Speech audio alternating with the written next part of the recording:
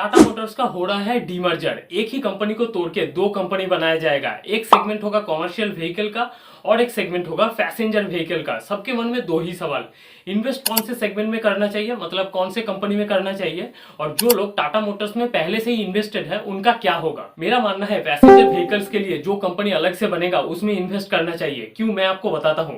उससे पहले टाटा मोटर्स के बिजनेस मॉडल को थोड़ा समझ लीजिए। टाटा मोटर्स चार सेगमेंट में अपना बिजनेस करती है। सबसे पहला है commercial vehicles. Commercial vehicle segment में टाटा मोटर्स इंडिया में मार्केट लीडर है। 42% मार्केट शेयर टाटा मोटर के पास है। दूसरा सेगमेंट है पैसेंजर व्हीकल्स का। यहाँ पे Tata Motors electric car, petrol diesel car बेचती है। टाटा मोटर्स का असली ग्रोथ इसी सेगमेंट में है, क्योंकि इंडिया में ईवी कार बेचने में टाटा मोटर्स नंबर 1 में है। तीसरा सेगमेंट है JLR, Jaguar and land rover. ये एक इंटरनेशनल ब्रांड है। यूरोप, चाइना, अमेरिका सब जगह इसकी गाड़ी बिकती है। टाटा मोटर्स का टोटल सेल्स का 64% आता है जेएलआर के सेल्स से। टाटा मोटर्स का टोटल रेवेन्यू मतलब सेल्स है 3,45,000 करोड़, जिसका 64% मतलब 2,73,000 करोड़ आता है सिर्फ जेएलआर के सेल्स से। जेएलआर के बिना टाटा मोटर कुछ नहीं है और यही सबसे बड़ा प्रॉब्लमेटिक है। चौथा सेगमेंट है फाइनेंस का। बहुत लोगों को ये बात पता नहीं है, टाटा मोटर्स के अंदर एक फाइनेंस सेगमेंट भी है, जहां पे टाटा मोटर्स 43,000 करोड़ का एयूएम मैनेज करता है। बिजनेस मॉडल तो समझ लिया, अब डीमर्जर को समझते हैं। टाटा मोटर्स 2023 में 13,35,819 गाड़ी बेचा था, तीनों सेगमेंट से, कॉमर्शियल व्हीकल, पैसेंजर व्हीकल्स और जेएलआर का सेल्स मिला के। कॉमर्शियल व्हीकल्स बेचने में टाटा मोटर्स का 42% शेयर है इंडिया में, तो इसे मार्केट लीडर भी बोल सकते हैं। इसका एक अलग कंपनी बनेगा। अब इस सेगमेंट में कितना ग्रोथ है उसे समझते हैं। टाटा मोटर्स के रेवेन्यू मतलब सेल्स का 20% आता है कॉमर्शियल व्हीकल्स के सेल्स से, जो होता है करीब 70,000 करोड़ के आसपास।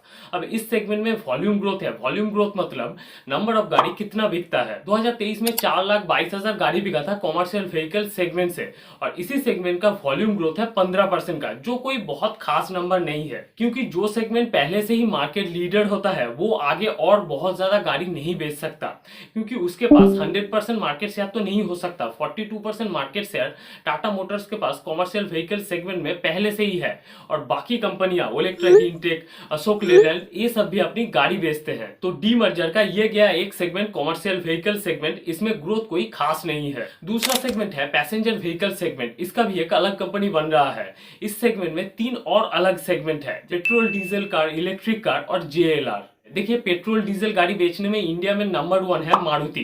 मारुति के पास 50% मार्केट शेयर है। हर 2 में से एक गाड़ी मारुति का बिकता है। टाटा मोटर्स इसमें बहुत पीछे है, नंबर 3 पोजीशन में आते हैं। इसमें टाटा मोटर्स बहुत कुछ खास नहीं कर पाए। अब आने वाला फ्यूचर है ईवी का, इलेक्ट्रिक व्हीकल्स का, और टाटा मोटर अभी से इंडिया में इलेक्ट्रिक व्हीकल्स बेचने में नंबर 1 पोजीशन में आते हैं।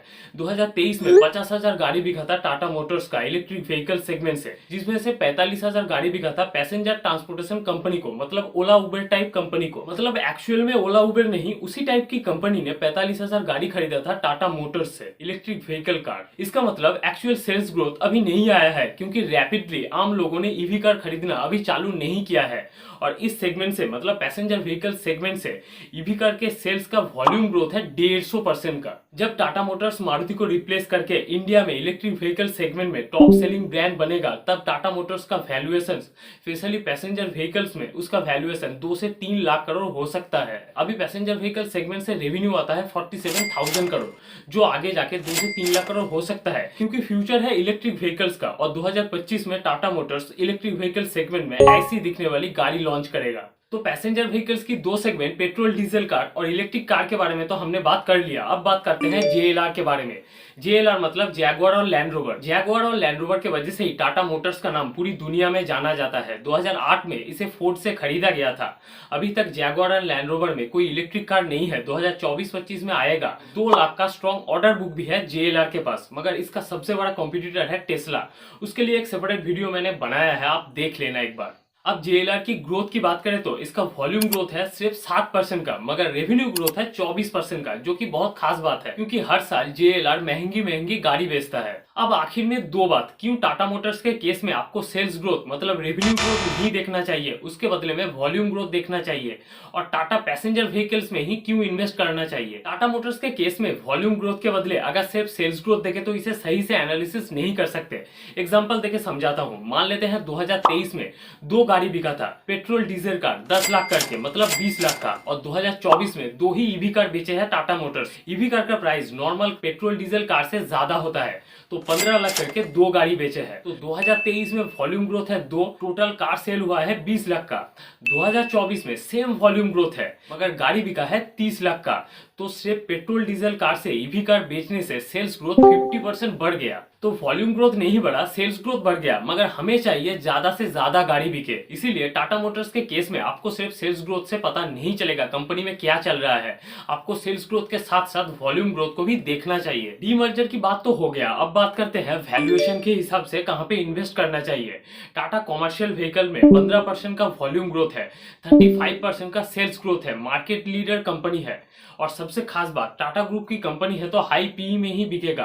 ग्रोथ स्टोरी अच्छी है, मतलब टाटा कॉमर्शियल व्हीकल एक अच्छी ग्रोथ कंपनी है। पैसेंजर व्हीकल्स की वैल्यूएशन और ग्रोथ की बात करें तो तीनों सेगमेंट मिला के पेट्रोल डीजल ईवी और जेएलआर का तीनों का सेल्स मिला के होता है 75% का सेल्स ग्रोथ और 48% का वॉल्यूम ग्रोथ। और इलेक्ट्रिक व्हीकल सेगमेंट में 150% का तो सिर्फ वॉल्यूम ग्रोथ है, तो जाहिर सी बात है इसका भी हाई पीई होगा और थोड़ा महंगा बिकेगा क्योंकि ईवी अभी मार्केट में चल रहा है। अब स्टॉक मार्केट की एक खास बात है, स्टॉक मार्केट में ग्रोथ चलता है और सबसे ज्यादा ग्रोथ है टाटा पैसेंजर व्हीकल्स में, टाटा कॉमर्शियल व्हीकल से भी ज्यादा ग्रोथ। इसीलिए मुझे लगता है किसी को अगर इन्वेस्ट करना ही है तो टाटा पैसेंजर व्हीकल्स में इन्वेस्ट करना चाहिए क्योंकि यहाँ पे ग्रोथ सबसे ज्यादा है। मगर एक समस्या है, अगर ग्रोथ सबसे ज्यादा है तो वैल्यूएशन भी ज्यादा ही होगा।